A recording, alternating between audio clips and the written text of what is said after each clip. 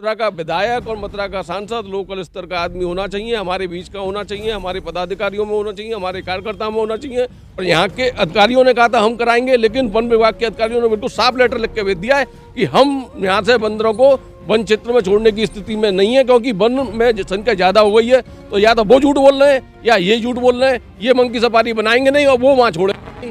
Monkey safari की खुद हेमा जी ने कहा था मैं बनवाऊंगी, कहाँ गई वो मंकी सफारी। आज 9 साल उपरांत भी मथुरा की जनता ठगी महसूस कर रही है अपने आप को। देखिए मसानी नाला चालू है, वृंदावन का नाला मैं आपको वीडियो दे दूंगा, वो नाला बदस्तूर चालू है, लगातार यमुना जी में गिर रहा है। जब आप शय ले सकते हैं किसी भी विषय पे, तो जब गलत हो रहा है तो उसकी भी नैतिक जिम्मेवारी आप ही की है। नमस्कार, जैसा कि हम लोग प्रयास कर रहे हैं कि जन समस्याओं को सामने लाने का, जो कि कहा गया है कि मेरे को आके कोई समस्याओं के बारे में बताता नहीं है, मुझे जानकारी नहीं है, तो एक और ऐसे व्यक्ति से जिन्होंने कि व्यक्तिगत रूप से उनसे जाके मुलाकात की और अपनी मथुरा की समस्याओं के बारे में बताया। तो हमारे साथ है संजय हरियाणा जी, जिनसे कि हम जानेंगे कि क्या उनकी चर्चा हुई थी और क्या समस्या उन्होंने अपनी सांसद महोदया के सामने रखी थी। संजय जी, मैं जानना चाहूँगा कि आप कब और कैसे और किस विषय पर सांसद महोदया से मिले थे? और देखिए पिछले वर्ष का ही विषय होगा और संपूर्ण मथुरा जिला और ब्रजमंडल को पता है, हमने एक आंदोलन की मुहिम चलाई थी और वो भी लिए, और आमरण अनशन का हमने उसमें अपना विषय उठाया था, क्योंकि लगातार हजारों करोड़ रुपए की योजनाओं के पश्चात भी यमुना यस की तस आज भी वही स्थिति और निरंतर बद से बदतर हुई है। सांसद हेमा मालिनी जी के पास हम गए, उनके जो पीए हैं जनार्दन जी, उन्होंने बात जब कराई तो उन्होंने भी अपनी पीड़ा रखी कि लगातार यहाँ यमुना गंदी है। ये तो कहने वाले बहुत आए, लेकिन संजय जी यमुना कैसे प्रदूषण मुक्त हो सकती है वह बताने वाला अगर कोई शख्स आया था वो आपका मंच आया, ये उन्होंने स्वीकार किया था और ये मीडिया के माध्यम से वीडियो के रूप में मौजूद होगा। लगातार घटनाक्रम चला, उत्तर प्रदेश गवर्नमेंट से पत्र लिखाया गया और एक 350 करोड़ की योजना कोसी के लिए मंजूर भी हुई। तो यह कहना कि उनके पास कोई नहीं गया, मैं लगातार संपर्क में रहा। आमरण अनशन को स्थगित उन्होंने कराया था, उन्होंने खुद हमारे जो पोस्टर था उसको लेकर हमसे कहा आप इसको समाप्त करिए। जब मैं शेखावत जी से कह के आपकी 350 करोड़ की परियोजना मंजूर कर सकती हूँ और मैं मथुरा में ब्रज में ही रहना चाहती हूँ और मेरा एक ही लक्ष्य है, सिर्फ यमुना जी। तो यह कहना और आपके चैनलों के और लगातार मैंने सुना भी है कि उन्होंने कहा कि मेरे पास कोई नहीं आता, तो यह तो गलत है। दूसरी बात उन्होंने यह भी रखी है कि प्रयास अभी भी किए जा रहे हैं, नाले टेप कराने के विषय में भी उन्होंने बात की। उन्होंने ये भी एक शब्द बोला है कि शायद करा पाना मुश्किल है। तो आपको क्या लगता है कि अब जब 9 साल बीत चुके हैं तो ये इस कार्यकाल में कुछ योजनाएं शुरू हो सकती हैं, या भविष्य आने वाले भविष्य में आपको लगता है कि यमुना शुद्धिकरण के लिए कोई भी पार्टी आपको लगता है कि इतनी ईमानदारी से काम करेगी और यमुना जी शुद्ध हो सकेगी? देखिए जब सरकारें आती हैं और जाती हैं, लगातार अपने आप शय लेने की होड़ सभी में लगी रहती है। आपने देखा होगा रोडों के माध्यम से संपूर्ण भारतवर्ष में आज भाजपा सरकार शय ले रही है कि उनके जैसा रोडों का विस्तार कहीं नहीं हुआ। ये बात से मैं भी सहमत हूँ। और जब वही प्रधानमंत्री, वही सरकार जब साबरमती नदी को वहाँ गुजरात में कर सकती है और कुछ समय के अंतराल में, तो ये इतना बड़ा विषय नहीं है।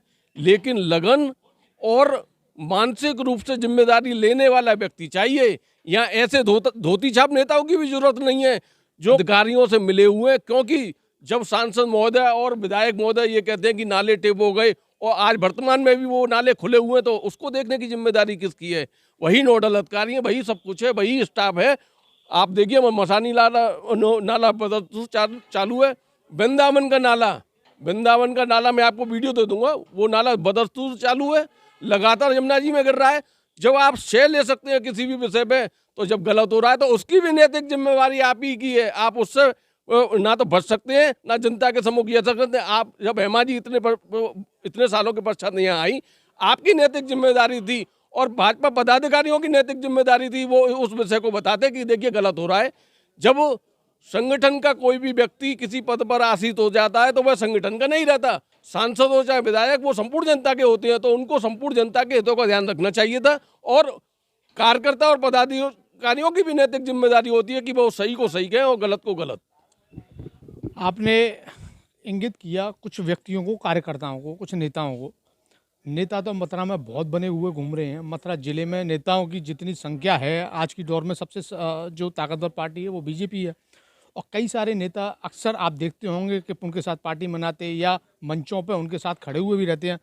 तो क्या मथुरा का कोई भी नेता अपनी समस्या जाके और हेमा जी को नहीं बताता होगा, ऐसा आपको लगता है? ये संभव है? चाहे बंदरों की समस्या हो, चाहे यमुना जल की समस्या हो, या सफाई की समस्या हो, स्वच्छता की समस्या हो, सड़कों की समस्या, क्या लगता है आपको कि कोई भी नेता इस लेवल पे नहीं है कि उनको जाके सीधे रूप से बता सके और समाधान कराने की, उनसे समाधान करवा सके? देखिए, निश्चित तौर पर ऐसे पदाधिकारी होने चाहिए, लेकिन मुझे यह कहने में कोई संकोच नहीं है। सिर्फ पदाधिकारी अपना पद बचाने में लगे हुए हैं। चापलूसों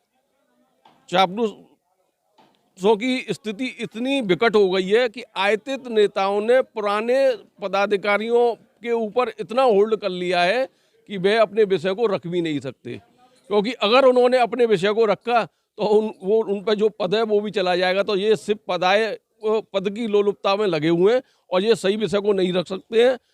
मंकी सफारी की खुद हेमा जी ने कहा था मैं बनवाऊंगी, कहाँ गई वो मंकी सफारी? आज 9 साल उपरांत भी मथुरा की जनता ठगी महसूस कर रही है अपने आप को। और यहाँ के अधिकारियों ने कहा था हम कराएंगे, लेकिन वन विभाग के अधिकारियों ने बिल्कुल साफ लेटर लिख के भेज दिया है कि हम यहाँ से बंदरों को वन क्षेत्र में छोड़ने की स्थिति में नहीं है, क्योंकि वन में संख्या ज़्यादा हो गई है। तो या तो वो झूठ बोल रहे हैं या ये झूठ बोल रहे हैं, ये मंकी सफारी बनाएंगे नहीं और वो वहाँ छोड़ेंगे नहीं। तो जनता तो ठगी महसूस यहाँ से भी कर रही है यमुना आंदोलन से, और वहाँ भी ठगी महसूस कर रहे हैं। बीच के लोग जो अधिकारी हैं वो अपनी तनख्वाह का हिस्सा उन लोगों को देते हैं जो रोटियां चलाते हैं अपनी घरों की। तो ये दोनों तरह से तो जनता ठगी गई। संजय जी, आपको याद होगा कि जब आप आंदोलन की बात कर रहे थे और आपने ये कहा था कि अगर यमुना जी शुद्ध नहीं हुई तो हम लोग किसी हद तक भी जाएंगे। और मेरा आपसे व्यक्तिगत रूप से सवाल था कि संजय जी, ऐसा तो नहीं होगा कि आज आप जो बात कर रहे हैं कि हम किसी हद तक गुजर जाएंगे और आपको केवल आश्वासन मिलने के बाद आप घर बैठ जाएंगे? तो क्या आप लोग भी घर नहीं बैठ गए हो? निश्चित आपका सवाल उचित है और मैं आपके चैनल के माध्यम से जवाब भी देना चाहूँगा। गोपाल जी महाराज पीठाधर जी महाराज जी के आशीर्वाद से और आंदोलन की शुरुआत के पश्चात हम लगातार उनसे भी मिले, लगातार संबंधित लोगों से मिले जिन्होंने इस आंदोलन को चलाया था। हमने उनसे ये भी कहा था कि संजय हरियाणा और उसका संगठन अंतिम पंक्ति पर बैठने को तैयार है, आप उचित मंच संभालिए और इस विषय को वो ऐसी मुहिम में ले जाके छोड़ेंगे। जैसा आपने देखा 1.25 लाख भीड़ गई थी, लेकिन दिल्ली में क्या हुआ, जनता फिर ठगी गई। उससे बेहद आंदोलन कभी नहीं हुआ। मैंने मथुरा के नेताओं से स्थानीय व्यक्तिगत मिलकर ये कहा था, हाथ जोड़कर चरण बंदन करके कि आप मंच संभालिए, मैं पीछे बैठूंगा। लेकिन उन्होंने सिर्फ रोटी सेकने के उद्देश्य से उस योजना को विफल कराया। लेकिन हेमा जी ने व्यक्तिगत कहा था, क्योंकि वो सांसद थी, एक बड़े जिले को वो देखती हैं और आप भी जानते हैं हेमा जी वो शख्सियत है, वह चाहें तो योगी जी और मोदी जी को तुरंत फोन करके चर्चा करती हैं। हमको उम्मीद थी कि वो इस विषय को रखेंगी, क्योंकि उम्मीद में एक कारण वो भी था कि 19 जून को उन्होंने तुरंत एक लेटर लिखवाया था उत्तर प्रदेश सरकार से और शेखावत जी जल शक्ति मंत्री जी से 350 करोड़ की योजना जब कोसी में मंजूर कराई थी, तो हमें उम्मीद जगी थी जो व्यक्ति 350 करोड़ की योजना मंजूर करा सकता है, निश्चित तौर पर उनका कहना भी था, वो वीडियो मौजूद थे कि आपका मंच एक सही योजना लेके आया है इस कार्य को कराने के लिए। मैंने उनसे कहा था कि मथुरा में, सिर्फ मथुरा में नहीं है विश्राम घाट पे गंदी तो पीछे से होके आ रही है। जब तक हम पीछे ध्यान नहीं देंगे यहाँ कुछ नहीं हो सकता। उन्होंने हमारे विजन को समझा, बैठे थे टेबल पर बैठे थे, लगातार घंटों चर्चा हुई थी हमारी, लेकिन उसके पश्चात भी स्थिति जस की तस। अब लास्ट 2 छोटे छोटे सवाल और मैं आपसे पूछना चाहूँगा। हालांकि अभी बहुत जल्दी है, 2024 अभी समय है उसमें। आपको क्या लगता है कि कोई भी किसी सांसद हो, किसी पार्टी को, क्या वो लोकल होना चाहिए? पहला। दूसरा, जो विश्राम घाट पर उस दिन देखने को मिला था, एक यमुना भक्त ने अपनी पीड़ा रखी थी सिर्फ, ये तो जलपान की तो आप भी कह चुके, 1 लोटा जल आपने भी इनाम देने की बात की गई थी। तो अगर उसने ये बात रखी तो क्या वो गलत था? देखिए, वहाँ कार्यकर्ता पदाधिकारी भी मौजूद थे और उसी समाज से संबंधित उस व्यक्ति ने एक पीड़ा उठाई थी जो यमुना जी के लिए कार्य करता है। मैं राजेश जी को पुनः साधुवाद दूंगा कि उन्होंने उस मुहिम को उनके समक्ष, उस विषय को उनके सामने रखा। तो अगर कोई आदमी विषय रख रहा है तो निश्चित रूप से उसको रोकना गलत था। उन्होंने अपना संपूर्ण विषय रखा था। हेमा जी को भी रुक के उनकी बात को सुनना चाहिए था, क्योंकि सोशल साइड आज वो माध्यम है जो लगातार सारी चीज़ों को रखता है, तो ऐसा ना हो कि उनकी जानकारी में नहीं है कि कौन कौन लोग इस कार्य में ईमानदारी से लगे हुए हैं और कौन कौन सिर्फ फोटो खिंचाने के लगे हुए हैं। तो व्यक्तिगत तौर पे भी, क्योंकि सांसद सभी लोगों की सांसद हैं, वो किसी पार्टी की नहीं है वर्तमान में, तो निश्चित तौर पर उनको देखना चाहिए था ये विषय। मेरा दूसरा जो सवाल है कि क्या लोकल सांसद की आवश्यकता मथुरा को है? देखिए, ये तो मोदी जी ने खुद कह दिया, लोकल और वोकल। तो निश्चित तौर पर आपका जवाब एक ही लाइन में मिल जाता है। जो मथुरा का स्थानीय निवासी होगा, निश्चित तौर पर उसको मथुरा की समस्याएं, मथुरा के लोगों की जानकारी होगी और मथुरा में कौन लोग आयतित हैं, कौन लोग अपने हैं, ये सारी जानकारी संपूर्ण रूप से वही व्यक्ति कर सकता है जो यहाँ का लोकल व्यक्ति होगा। मैं तो पहले से ही संगठन से कहता रहा हूँ और संगठन में रह के भी मैंने आवाज़ उठाई थी, मथुरा का विधायक और मथुरा का सांसद लोकल स्तर का आदमी होना चाहिए, हमारे बीच का होना चाहिए, हमारे पदाधिकारियों में होना चाहिए, हमारे कार्यकर्ताओं में होना चाहिए और उस टिकट का फैसला भी मथुरा में ही हो। जैसा कि संजय जी ने बताया कि उन्होंने व्यक्तिगत रूप से जाके कुछ समस्या जो मथुरा की थी, मुख्य समस्या मथुरा की ही नहीं प्रदेश की और देश की समस्या कही जा सकती है, यमुना में प्रदूषण, उस पर उन्होंने सांसद महोदया से बात की थी, अपनी बात रखी थी। दूसरा कि अब मथुरा की जनता को, हालांकि अभी जल्दी है, लेकिन सोचना चाहिए कि अपना सांसद लोकल हो या आयातित हो। नमस्कार। तो जनता तो ठगी महसूस यहाँ से भी कर रही है यमुना आंदोलन से, और वहाँ भी ठगी महसूस कर रहे हैं। बीच के लोग जो अधिकारी हैं वो अपनी तनख्वाह का हिस्सा उन लोगों को देते हैं जो रोटियां चलाते हैं अपनी घरों की। तो ये दोनों तरह से तो जनता ठगी गई। संजय जी, आपको याद होगा कि जब आप आंदोलन की बात कर रहे थे और आपने ये कहा था कि अगर यमुना जी शुद्ध नहीं हुई तो हम लोग किसी हद तक भी जाएंगे। और मेरा आपसे व्यक्तिगत रूप से सवाल था कि संजय जी, ऐसा तो नहीं होगा कि आज आप जो बात कर रहे हैं कि हम किसी हद तक गुजर जाएंगे और आपको केवल आश्वासन मिलने के बाद आप घर बैठ जाएंगे, तो क्या आप लोग भी घर नहीं बैठ गए हो? निश्चित आपका सवाल उचित है और मैं आपके चैनल के माध्यम से जवाब भी देना चाहूँगा।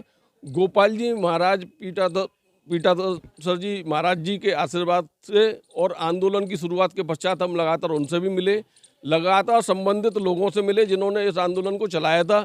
हमने उनसे ये भी कहा था कि संजय हरियाणा और उसका संगठन अंतिम पंक्ति पर बैठने को तैयार है, आप उचित मंच संभालिए और इस विषय को वो ऐसी मुहिम में ले जाके छोड़ेंगे। जैसा आपने देखा 1.25 लाख भीड़ गई थी, लेकिन दिल्ली में क्या हुआ, जनता फिर ठगी गई।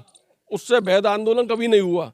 मैंने मथुरा के नेताओं से स्थानीय व्यक्तिगत मिलकर ये कहा था, हाथ जोड़ के चरण बंदन करके कि आप मंच संभालिए, मैं पीछे बैठूंगा। लेकिन उन्होंने सिर्फ रोटी सेकने के उद्देश्य से उस योजना को विफल कराया। लेकिन हेमा जी ने व्यक्तिगत कहा था, क्योंकि वो सांसद थी, एक बड़े जिले को वो देखती हैं और आप भी जानते हैं हेमा जी वो शख्सियत है, वह चाहे तो योगी जी और मोदी जी को तुरंत फोन करके चर्चा करती हैं। हमको उम्मीद थी कि वो इस विषय को रखेंगी, क्योंकि उम्मीद में एक कारण वो भी था कि 19 जून को उन्होंने तुरंत एक लेटर लिखवाया था उत्तर प्रदेश सरकार से और शेखावत जी जल शक्ति मंत्री जी से 350 करोड़ की योजना जब कोसी में मंजूर कराई थी, तो हमें उम्मीद जगी थी जो व्यक्ति 350 करोड़ की योजना मंजूर करा सकता है, निश्चित तौर पर उनका कहना भी था, वो वीडियो मौजूद थे कि आपका मंच एक सही योजना लेके आया है इस कार्य को कराने के लिए। मैंने उनसे कहा था कि मथुरा में, सिर्फ मथुरा में नहीं है विश्राम घाट पे गंदी तो पीछे से होके आ रही है, जब तक हम पीछे ध्यान नहीं देंगे यहाँ कुछ नहीं हो सकता। उन्होंने हमारे विजन को समझा, बैठे थे, टेबल पे बैठे थे, लगातार घंटों चर्चा हुई थी हमारी, लेकिन उसके पश्चात भी स्थिति जस की तस। अब लास्ट 2 छोटे छोटे सवाल और मैं आपसे पूछना चाहूँगा, हालांकि अभी बहुत जल्दी है, 2024 अभी समय है उसमें। आपको क्या लगता है कि कोई भी किसी सांसद हो, किसी पार्टी को, क्या वो लोकल होना चाहिए? पहला। दूसरा, जो विश्राम घाट पर उस दिन देखने को मिला था, एक यमुना भक्त ने अपनी पीड़ा रखी थी, सिर्फ ये तो जलपान की तो आप भी कह चुके, 1 लोटा जल आपने भी हमने कहा था इनाम देने की बात की गई थी, तो अगर उसने ये बात रखी तो क्या वो गलत था? देखिए, वहाँ कार्यकर्ता पदाधिकारी भी मौजूद थे और उसी समाज से संबंधित उस व्यक्ति ने एक पीड़ा उठाई थी जो यमुना जी के लिए कार्य करता है। मैं राजेश जी को पुनः साधुवाद दूंगा कि उन्होंने उस मुहिम को उनके समक्ष, उस विषय को उनके सामने रखा। तो अगर कोई आदमी विषय रख रहा है तो निश्चित रूप से उसको रोकना गलत था। उन्होंने अपना संपूर्ण विषय रखा था। हेमा जी को भी रुक के उनकी बात को सुनना चाहिए था, क्योंकि सोशल साइड आज वो माध्यम है जो लगातार सारी चीज़ों को रखता है। तो ऐसा ना हो कि उनकी जानकारी में नहीं है कि कौन कौन लोग इस कार्य में ईमानदारी से लगे हुए हैं और कौन कौन सिर्फ फोटो खिंचाने के लगे हुए हैं। तो व्यक्तिगत तौर पर भी, क्योंकि सांसद सभी लोगों की सांसद हैं, वो किसी पार्टी की नहीं है वर्तमान में, तो निश्चित तौर पर उनको देखना चाहिए था ये विषय। मेरा दूसरा जो सवाल है कि क्या लोकल सांसद की आवश्यकता मथुरा को है? देखिए, ये तो मोदी जी ने खुद कह दिया, लोकल और वोकल। तो निश्चित तौर पर आपका जवाब एक ही लाइन में मिल जाता है। जो मथुरा का स्थानीय निवासी होगा, निश्चित तौर पर उसको मथुरा की समस्याएं, मथुरा के लोगों की जानकारी होगी और मथुरा में कौन लोग आयतित हैं, कौन लोग अपने हैं, ये सारी जानकारी संपूर्ण रूप से वही व्यक्ति कर सकता है जो यहाँ का लोकल व्यक्ति होगा। मैं तो पहले से ही संगठन से कहता रहा हूँ और संगठन में रह के भी मैंने आवाज़ उठाई थी, मथुरा का विधायक और मथुरा का सांसद लोकल स्तर का आदमी होना चाहिए, हमारे बीच का होना चाहिए, हमारे पदाधिकारियों में होना चाहिए, हमारे कार्यकर्ताओं में होना चाहिए और उस टिकट का फैसला भी मथुरा में ही हो। जैसा कि संजय जी ने बताया कि उन्होंने व्यक्तिगत रूप से जाके कुछ समस्या जो मथुरा की थी, मुख्य समस्या मथुरा की ही नहीं प्रदेश की और देश की समस्या कही जा सकती है, यमुना में प्रदूषण, उस पर उन्होंने सांसद महोदया से बात की थी, अपनी बात रखी थी। दूसरा कि अब मथुरा की जनता को, हालांकि अभी जल्दी है, लेकिन सोचना चाहिए कि अपना सांसद लोकल हो या आयातित हो। नमस्कार।